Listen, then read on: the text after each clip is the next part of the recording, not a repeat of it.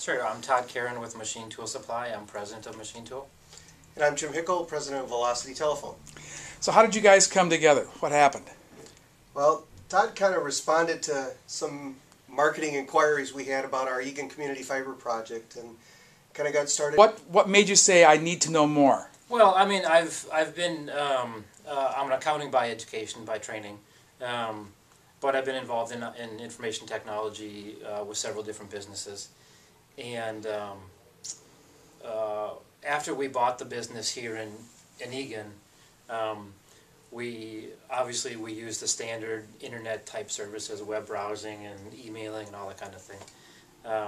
But number one, our costs were a little bit high, and so I was looking for alternatives probably 6 months after we first got to Machine Tool. And unfortunately, in this general industrial park, the only product that we had was old copper from Quest. So I'd been looking for alternatives for a long time. In fact, I'd even gone as far as contacting Comcast, and there's no Comcast cable here either.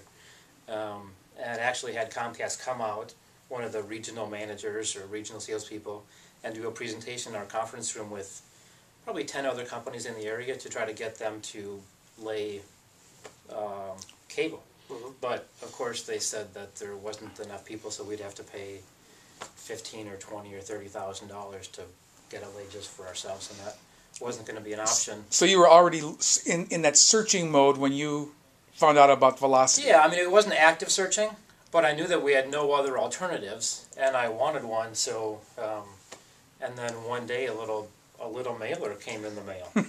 Or actually, no, that's not true.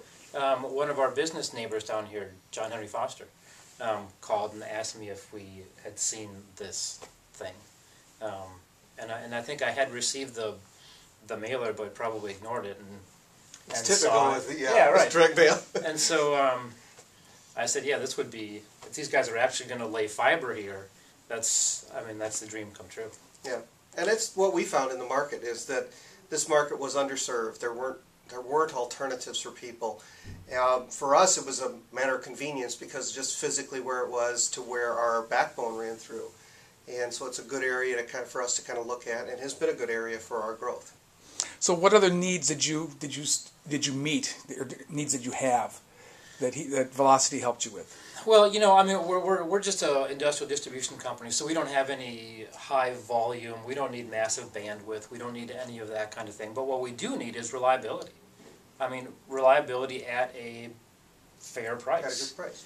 I mean, we could have paid for reliability, but it wasn't that critical to our business. But I mean, there's really not a comparison from old copper laid in the ground to brand new fiber. Jim, you'd said something earlier to me about how it's a cloud-based system, it's software-driven, and it really gives them a lot of unique abilities to do business wherever they are. Yeah, this is the hosted products that we sell on top of the fiber.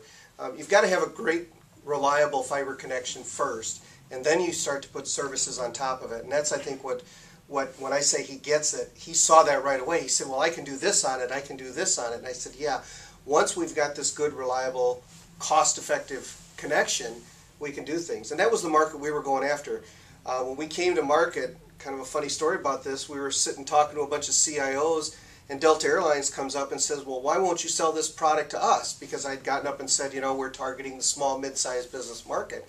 And I basically said, well, you know, let me ask you a question. Would you have even let me in the door if I would have come a knocking? And he said, well, probably not. And I go, see, I know who I am. So, you know, I work with the customers who I know need this kind of stuff, and Todd's a perfect fit for our products. The fiber really is as Jim said, the infrastructure piece.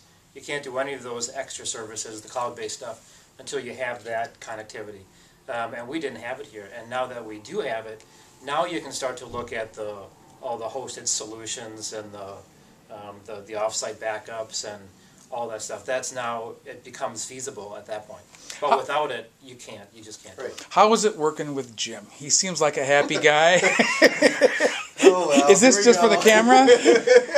No, you know, it's been working great. Jim's been a great advocate for us, and understanding what our needs were, knowing that we weren't We weren't a very large ISP or somebody who needed a lot of bandwidth, and he understood what the needs were of a small business, and really helped us out in a lot of areas. Even offered to do some things that I didn't think were possible, and turns out we did do some and we didn't do others. Yeah. You know, we try to basically cater to the end user customer. We were a very proactive, service oriented company, because I can be less expensive, I can have a better product, but if I don't do even these other extra things, people just aren't going to look at me because of the big gorillas that are in the room. Who I can't talk over. I've got to basically be better in every aspect of it. Okay, well, thank you very much. Thank you.